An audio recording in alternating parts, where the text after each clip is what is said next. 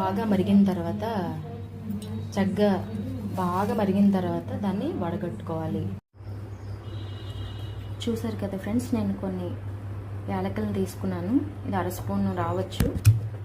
దంచుకోవాలి. బాగా దంచుకొని ఆ పొడిని మన గరిక కషాయంలో వేసుకోవాలి.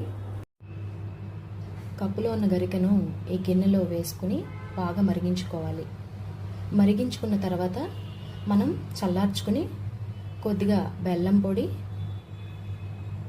మరియు యాలక్కాయలు పొడి 1/2 చెంచా వేసుకుని తాగుతున్నట్టయితే యూరిన్ ఇన్ఫెక్షన్తో ఎవరైతే బాధపడుతుంటారో తరచూ వారు దీన్ని 40 రోజులు చేసినట్లయితే కంటిన్యూస్గా ఆ సమస్య పారిపోయి మీకు మళ్ళీ దరిచేరదు.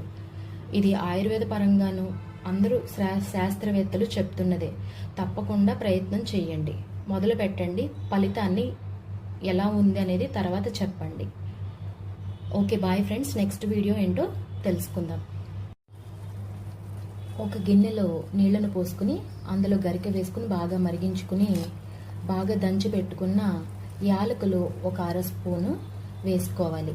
వేసుకుని అది బాగా మరిగిన తర్వాత కొద్దిగా బెల్లం కలిపిన గ్లాసులోకి ఈ మరుగుతున్న కషాయాన్ని వడగొట్టుకోవాలి.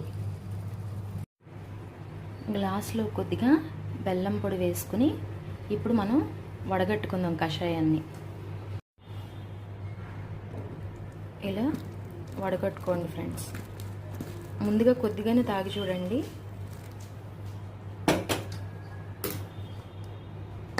ఇలా ఈ రంగులో తయారైంది, చూసారు కదా. ఒకసారి చెంచాతో బాగా కలయబెట్టుకుందాం.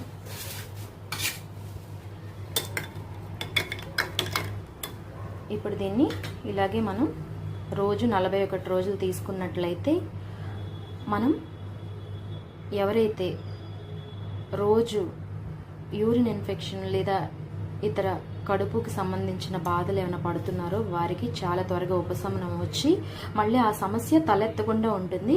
మరొక కొత్త వీడియోతో మీ ముందు ఉంటాను. ధన్యవాదాలు ఫ్రెండ్స్.